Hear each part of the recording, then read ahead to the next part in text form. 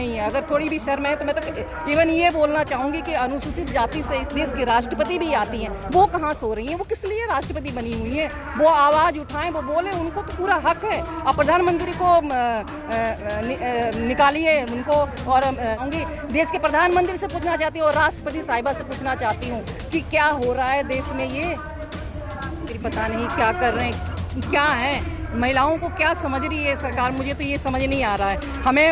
मुझे लगता है कि महिलाओं को ही ये लड़ाई लड़नी पड़ेगी। और जो आरक्षण की भी बात हो रही थी किस चीज़ को, कि मतलब वो वीडियो कि एक महिला को नग्न करके परेड कराया जा रहा है और उसके अंगों को किस तरह से, मतलब शब्द नहीं है, बोलने में भी मुझे शर्म आ रही है। उस दिन वो वीडियो जब हमने देखा, भाई साहब हमें 2 दिन नींद नहीं आई वो सोच करके। मणिपुर के बारे में बोल रहे हैं, ठीक है। तो मणिपुर का जो वीडियो देखा पूरा वायरल हुआ, पूरा विश्व देख रहा है, और उसको मुझे दुख है कि नेशनल मीडिया ने उसको नहीं दिखाया और सोशल मीडिया के थ्रू ये वायरल हुआ।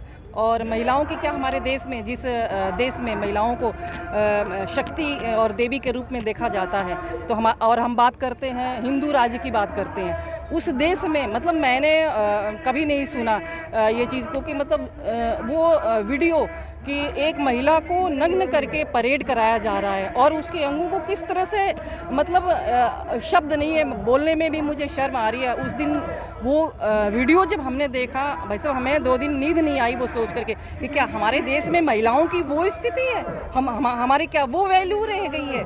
तो मुझे नहीं लगता इस सरकार को ये नहीं, थोड़ी भी शर्म नहीं है। अगर थोड़ी भी शर्म है तो मैं तो इवन ये बोलना चाहूँगी कि अनुसूचित जाति से इस देश की राष्ट्रपति भी आती हैं, वो कहाँ सो रही हैं? वो किस लिए राष्ट्रपति बनी हुई हैं? वो आवाज़ उठाएं, वो बोलें, उनको तो पूरा हक है। अब प्रधानमंत्री को निकालिए उनको, और सीएम को वहाँ से निकालिए, सबको बाहर फेंकिए, लोकसभा भंग कर दें, उनको तो पूरा अधिकार है। वो किस चीज़ के राष्ट्रपति बनी बैठी हैं? किस लिए महिलाओं को बैठा देते हैं? मुझे तो समझ में नहीं आ रहा है। उस समाज इवन उसी समाज से वो बिलोंग करती हैं, फिर भी वो आवाज़ नहीं उठा रही हैं, बोल नहीं रही हैं। सबको अपनी, हाँ आदिवासी, जी आदिवासी समाज से आते हैं, इतनी सारी घटनाएं हो रही हैं। आक्रोश में है, आक्रोश से थोड़ी होता है साहब, आक्रोश से कुछ नहीं होता, करना पड़ता है। क्या लग रहा है कि जो वर्तमान सरकार है वो महिलाओं के पक्ष में नहीं है? बिल्कुल नहीं है, कहने के लिए बेटी पढ़ाओ, बेटी पढ़ाओ, बेटी पढ़ाओ नहीं, बेटी बचाओ। उनको ये बोलना चाहिए कि बेटी बचाओ। अच्छा, इतना बड़ा, इतना विभत्स वीडियो आया, मीडिया छत्तीसगढ़ राजस्थान दिखा रहा है, तो कंपेयर कर रहा है कि मणिपुर के मुकाबले। बिल्कुल उस चीज़ को दबाने की कोशिश की जा रही है ना, क्योंकि वहाँ पर इनकी सरकार नहीं है। जहाँ इनकी सरकार नहीं है वहाँ दिख रहा है, जहाँ इनकी सरकार है वहाँ कुछ भी कर लो, वही हुआ ही है। वहाँ करने वाले वो लोग जो 100 लोग परेड करा रहे हैं, कौन लोग हैं? इनके लोग हैं। देश में संसद है, संसद में महिलाओं की जो संख्या है वो बिल्कुल कम है, जबकि अगर देश में देखें तो आधी आबादी है, और उस आधी आबादी को रिप्रेजेंट करने के लिए 10 से 15 महिलाएं होंगी, वो भी संख्या मैंने ज़्यादा बता दी है।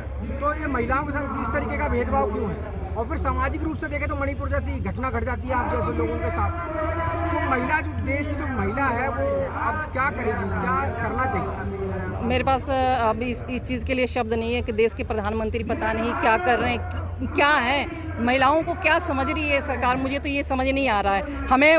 मुझे लगता है कि महिलाओं को ही ये लड़ाई लड़नी पड़ेगी। और जो आरक्षण की भी बात हो रही थी कि संसद में महिलाओं की आरक्षण होगा, 50% का आरक्षण होगा, लेकिन किस चीज़ का आरक्षण? वो 50% में भी तो वही लोग आ जाते हैं, उनके अपने लोग, वो भी नहीं लागू हो रहा है। प्लस जो 10% जो बोल रहे हैं कि 10% महिलाएं हैं, वो भी कौन सी हैं? वो देखिए ना, वो उन महिलाओं को बैठा रखे हैं कि जो कि शब्द नहीं, मैं क्या बोलूँ, एक तो तीसरी कौम होती है जो कि भगवान उनको देता है, वो तो उनसे भी बदतर है। वो एक शब्द बोल नहीं सकती है, वो किस लिए बनी है? कठपुतली हैं, वो उन्हीं पे नचाते रहो, इसलिए बने हो। वो अच्छे लोगों को बना नहीं सकते, क्योंकि पता है कि मेरे जैसे लोग जाएंगे तो वहाँ आवाज़ उठाएंगे। उनको आवाज़ उठाने वाला नहीं चाहिए, गुलाम चाहिए, जो मानसिक गुलाम हो, उनकी मानसिक गुलामी करे, वो लोग चाहिए। करीब 80 दिन की छुट्टी क्या लगता है मणिपुर में क्यों रही होगी? करीब 80 दिन की छुट्टी, 80 दिन की चुप्पी क्या भाई साहब? वो तो पूरा सरकार की नाकामी है, और वो इंटरनेट सारा बंद कर दिया था। नेशनल मीडिया पूरे उनकी कठपुतली बनी, जो मीडिया को चौथा स्तंभ बोला जाता है, चौथे स्तंभ को तो ऐसे डरा धमका के रखा है। ऐसा नहीं है कि मीडिया में ऐसे लोग नहीं है